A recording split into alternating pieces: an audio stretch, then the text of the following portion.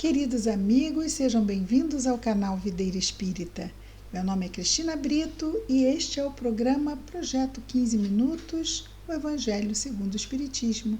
Aqui diariamente estudamos a terceira obra básica da doutrina espírita, codificada a doutrina por Allan Kardec, e o nome dessa obra é o Evangelho segundo o Espiritismo.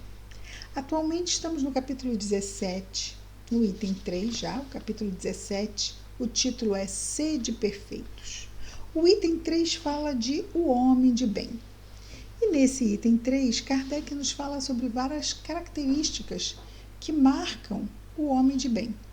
E estudando aqui com Kardec essas características, vemos que estamos ainda bem no início dessa construção desse homem de bem em nós. Por isso que muitas vezes falamos do homem velho. O homem velho é aquele homem vicioso do nosso passado, que ainda está em nós. O homem novo é o homem de bem. E quando falamos homem, não há nenhuma conotação sexista. Homem como representante da humanidade, o ser humano. Ok? Vamos ver hoje a terceira parte desse item que Kardec nos fala sobre o homem de bem. Vejamos então.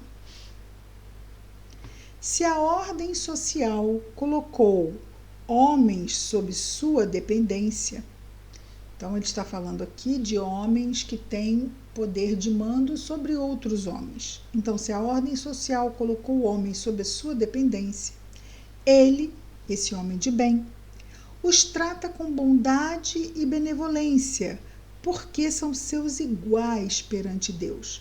Então, todo aquele que tem poder de mando sobre outros homens, sendo um homem de bem, tendo já essas conquistas morais em si mesmo, trata os seus irmãos com bondade e benevolência, porque os reconhece como seus iguais irmãos perante Deus. Usa o homem de bem de sua autoridade para erguer-lhes o moral e não para esmagá-los com seu orgulho. Evita tudo que poderia tornar a sua posição subalterna mais penosa. Então, ele evita, até mesmo com todas essas questões de orgulho, não é? De humilhar o outro, então nada disso vamos ter. E também condições indignas diante do trabalho do próximo, oferecendo boas condições de trabalho, o salário que seja justo e tudo que seja direito, não é? Tudo que seja realmente justo. Este, o homem de bem. O subordinado, então, tem aquele homem de bem que tem poder de mando, mas também tem o homem de bem que é aquele que é o subordinado. O subordinado, por sua vez, compreende os deveres da sua posição e tem o escrúpulo de cumprir com os seus deveres conscienciosamente. Então, tanto o homem de bem pode ser aquele que manda, como pode ser aquele que vai obedecer. Quando manda com generosidade e com dignidade. Quando obedece com entendimento e com o melhor das suas qualidades para a execução do trabalho. O homem de bem, enfim, diz Kardec, respeita em seus semelhantes todos os direitos dados pelas leis da natureza, como gostaria que os seus direitos fossem respeitados. Ele age com o próximo como gostaria que o próximo agisse para com ele. O homem de bem, enfim, respeita em seus semelhantes. Já vimos isso. Vamos então ao último trecho do item 3. Esta não é a enumeração de todas as qualidades que distinguem o homem de bem. E olha que ele falou bastante, não é? Mas ele diz que tudo que ele disse ainda não preenche todas as qualidades do homem de bem. Mas todo aquele que se esforce em possuí-las, essas que ele já trouxe, está no caminho que conduz a todas as outras. Então, vamos dizer que esses seriam as primeiras a serem conquistadas e daí num crescendo para tantas e tantas outras, que virão em decorrência natural. E fechamos desta forma o item 3 do homem de bem. Mas agora, no item 4, no item 3 a gente fica assim, ai, tô tão lá atrás ainda, ai, eu sei que isso é o certo, mas isso eu ainda não faço tudo não. No item 3 a gente fica bem assim. Mas vamos ver o item 4, porque agora o item 4, ele vai falar sobre os bons espíritas. Os bons espíritos. Ele vai falar direitinho para nós, porque o homem de bem está em toda a humanidade. Mas ele vai falar pros espíritas, especificamente para os espíritas. O que será que ele vai dizer?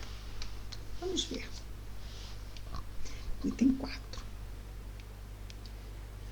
O espiritismo bem compreendido, mas sobretudo bem sentido, mas eu só posso sentir bem conhecendo, não é? Preciso conhecer, eu preciso estudar. E aí eu vou viver e vou, claro que eu não primeiro estudo e depois vivo, eu vou fazendo isso concomitantemente, ao mesmo tempo. Então, o espiritismo bem compreendido, mas sobretudo bem sentido, conduz forçosamente aos resultados acima. Quais são os resultados acima? As características do homem, eu estou fazendo assim, mas é como se fosse o texto. O item 3, que ele falou do homem de bem. Então, o espírita, se ele se empenha em conhecer a doutrina e em vivê-la na sua vida, dar testemunho dela pela sua vivência, ele está naturalmente, forçosamente conduzido aos resultados descritos acima sobre o homem de bem, que caracterizam o verdadeiro espírita como o verdadeiro cristão, que são a mesma coisa. Então, homem de bem, verdadeiro espírita e verdadeiro cristão é a mesma coisa. Nós estamos falando não de um homem comum, uma pessoa comum, mas o homem de bem, o que tem as suas qualidades morais extremamente positivas. Não ora aqui, ora lá, ora aqui, ora lá, ora aqui, ora lá. Não, positivas, sempre direcionadas ao bem, ao cumprimento das leis de Deus, ao bem. E quando ele fala de espírita e cristão, ele não fala que o homem de bem caracteriza o espírita e o cristão. Ele fala sobre o verdadeiro espírita e o verdadeiro cristão. Porque nós nos dizermos espíritas ou nos dizermos cristãos, basta saber falar, ter boca e saber falar. Podemos dizer o que quisermos, daí a sermos realmente aquilo que dizemos, vai uma imensa distância. Muitos se dizem, e Jesus fala sobre isso, não adianta gritar Senhor, Senhor, porque isto não garantirá entrar no reino dos céus. Não vai ser gritando Senhor, Senhor. Eu sei todas as perguntas do Livro dos Espíritos, eu sei de cor todos os versículos do Novo Testamento. Se não vivemos, que diferença isso faz? Sem obras, de que adianta toda a fé? E ele então diz que caracterizam o verdadeiro espírita é aquele que sabe e testemunha o que sabe. O verdadeiro cristão é o que sabe e testemunha o que sabe. E isto é a mesma coisa. Que são a mesma coisa. O espiritismo não criou nenhuma moral nova. Nenhuma. Facilita aos homens a inteligência e a prática da moral do Cristo. Gente, o que custa a gente entender isto? O Espiritismo, vou repetir, o Espiritismo facilita aos homens a inteligência, o entendimento e a prática da moral do Cristo. Tem muitos espíritas que não entendem dessa forma. Está aqui na obra básica. E a gente se pergunta, gente, que espiritismo é esse? Dissociado de Jesus? É um espiritismo ciência.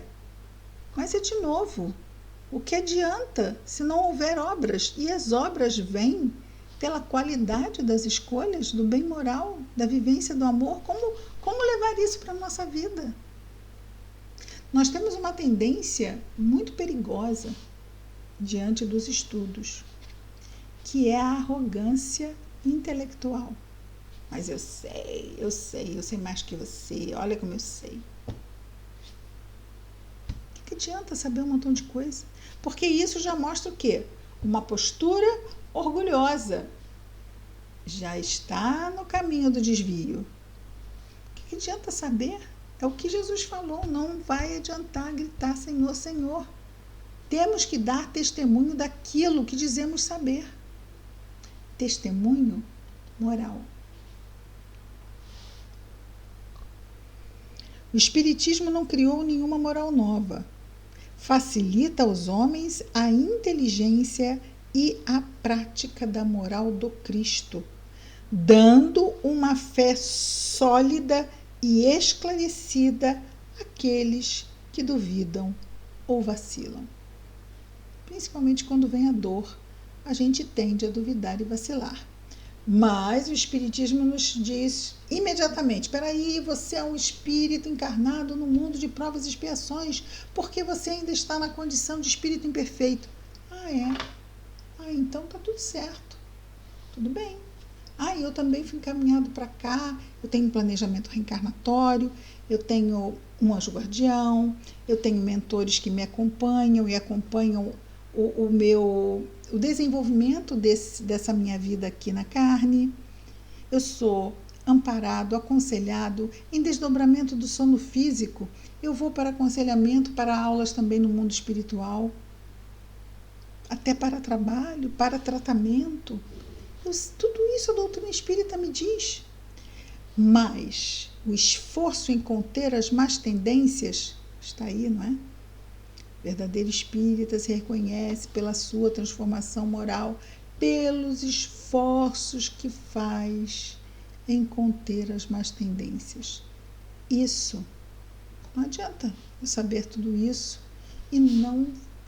eu sei, mas na hora de me calar eu não me calo. Na hora de me acalmar eu não me acalmo.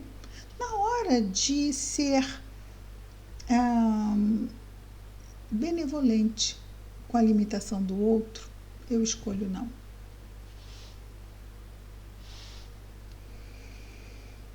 Então, a moral do Cristo dá uma fé sólida. A moral do Cristo com essa base que a doutrina espírita nos favorece. Favorece a inteligência e a prática da moral do Cristo. Esse parágrafo é de uma riqueza tão grande, resolveria muitos problemas do próprio movimento espírita, que às vezes parece um pouco confuso com os objetivos que deve visar, não é? E continua Kardec falando sobre os bons espíritas. Já faltam só 40 segundos. Então, como nós vimos que vamos ver, mas vamos ver com calma que este item 4, viu? Vamos ver sim. Amanhã estamos de volta com mais um programa Projeto 15 Minutos, o Evangelho segundo o Espiritismo. Até amanhã, que Jesus nos abençoe. Muita paz a todos.